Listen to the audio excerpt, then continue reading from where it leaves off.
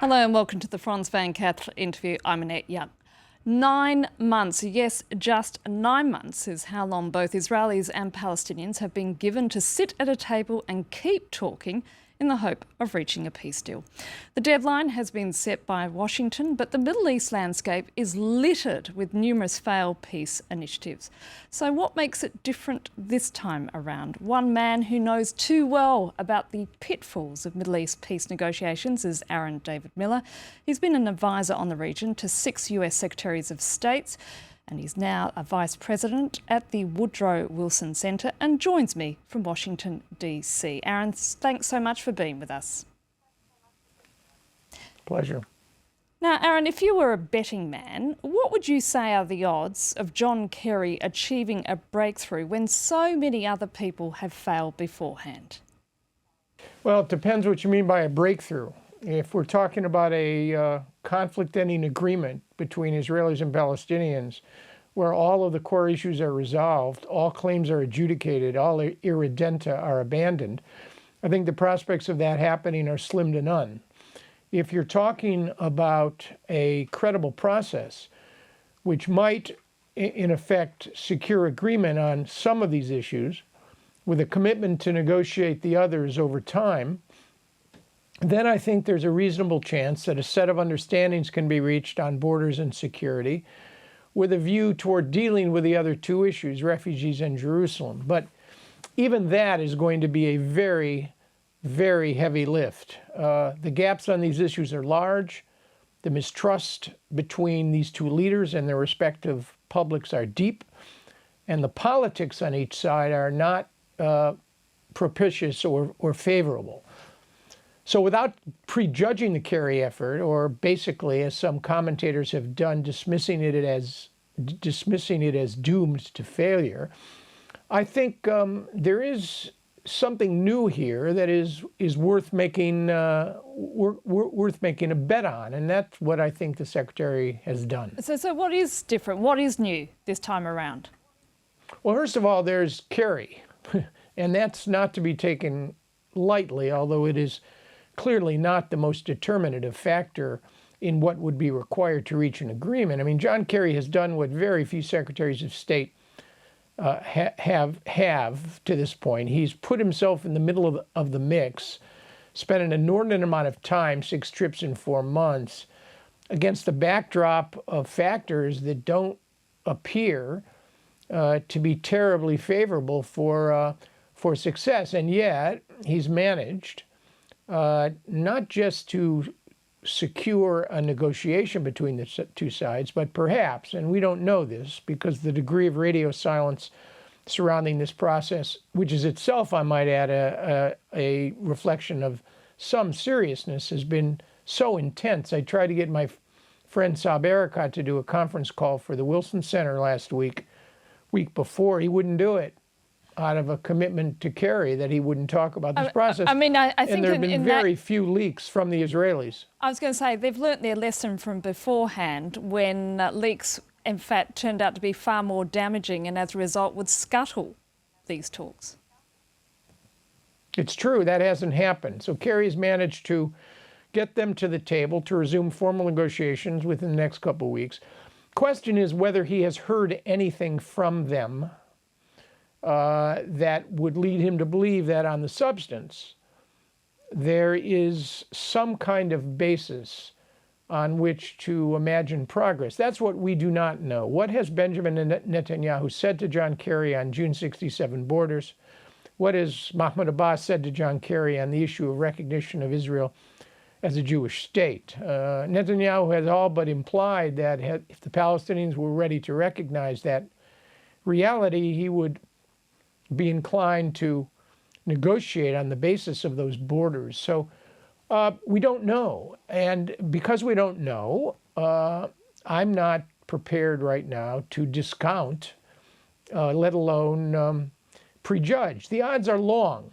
I mean, no rational human being would look at this situation and conclude that within 9 months, as Kerry has declared, that you could have a conflict-ending agreement. And I worry about that piece of this. I worry that there is this danger, once again, and we're really good at this on the American side, of raising expectations beyond a reasonable level. It's not a wise idea. I learned from one of my former bosses, Jim Baker, that the opposite tactic is the right one. You lower expectations. Aaron, for many, it would seem odd that Washington at the moment is throwing so much effort into the Middle East peace process while neighbouring Arab countries teeter on the verge of implosion.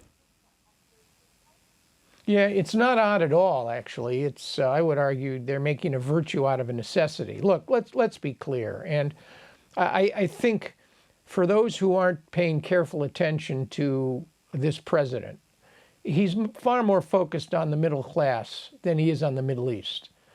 And I'm not sure the Arab world or even the Europeans get this.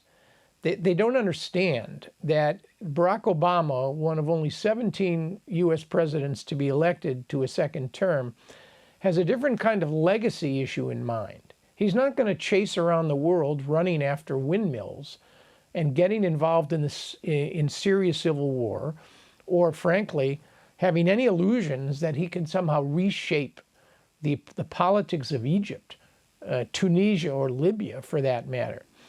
So, the Israeli-Palestinian conflict, which might be equally hopeless, still, over the last 6 to 8 months, has demonstrated a remarkable, strange, almost alien sort of quiet. And the fact is, Israeli-Palestinian issues is the one area where the United States has demonstrated experience when it does wise diplomacy. It's the one area where we actually do have influence with respect to the parties. And it's quiet. I mean, people are shooting at one another from time to time. And I don't want to mislead here, but in comparison to what's happening in Syria, to the north, or Egypt to the south, things are actually now offering up a rare moment. And I think Abbas and Netanyahu recognize this notion of quiet, and they want to keep it that way. So no, I don't find it strange at all. I think the U.S. is putting its influence in or making a bet, even though the odds are long. So has the Arab Spring, in a way, become a contributing factor to getting these two sides to actually sit down and start talking again? In a way, yes. No Arab Spring has come to Palestine, which clearly helps. The Arab Spring cuts both ways, though, because had the Egyptian-Israeli relationship been fundamentally damaged, either by Mohammed Morsi or by the Egyptian military for one reason or another, and had the Israeli-Jordanian peace treaty been damaged, you might have seen the Israelis react in a far different manner. Look, the reason Barack Obama is not cutting off $1.5 billion in military aid to Egypt, and the reason there's no pressure from Congress to do so, even though I think by any definition, what the Egyptian military did, was a coup, is because if he did cut off aid to the military, I think the Israelis would be fundamentally worried about the nature of that relationship. So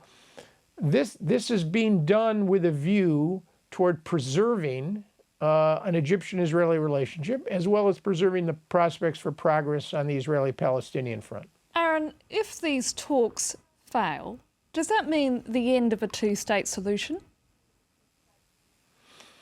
People have been predicting the end of the two-state solution now for years. My friend Meron Ben-Venisti, 20 years ago, talked about the fact that it might have been 5 minutes to midnight or 5 minutes past midnight. I suppose at some point there will come a proverbial tipping point in which people will conclude, for any number of reasons, too many facts on the ground, too much chaos within the Palestinian national movement, too much political dysfunction in Israel, that in essence there is no more hope. But we haven't reached that point now. We're far from it. Given, and just very briefly, Aaron, given that the two sides have been talking on and off for so long, how much common ground in reality has already been achieved? You know, all of the issues have been examined in the minutest detail over the course of the last 15 years. All of the prospective solutions to any number of problems, Jerusalem, border, security, refugees, recognition of Israel as the nation state of the Jewish people, a variety of creative and reasonable solutions exist. That's never been the problem. The problem is the absence of political will. The problem is the absence of a commitment on both sides to take the kinds of risks and meet the respective requirements of the so-called other. It's not the absence of clever diplomatic fixes or common ground. It's the absence of will in Israel, among the Palestinians, and also with respect to an American mediator. So, you know, to say the solution is known, frankly, I don't like that because it trivializes just how hard it is. But the reality is the parameters of what would work to establish two states are clear. You just need bold, and I would dare say heroic leadership in order to do it. Aaron David Miller, I'm afraid we've run out of time. Thank you so much for being with us. And that's it for this edition of the France 24 interview. Do stay with us here on France 24 because coming up shortly are more news and headlines.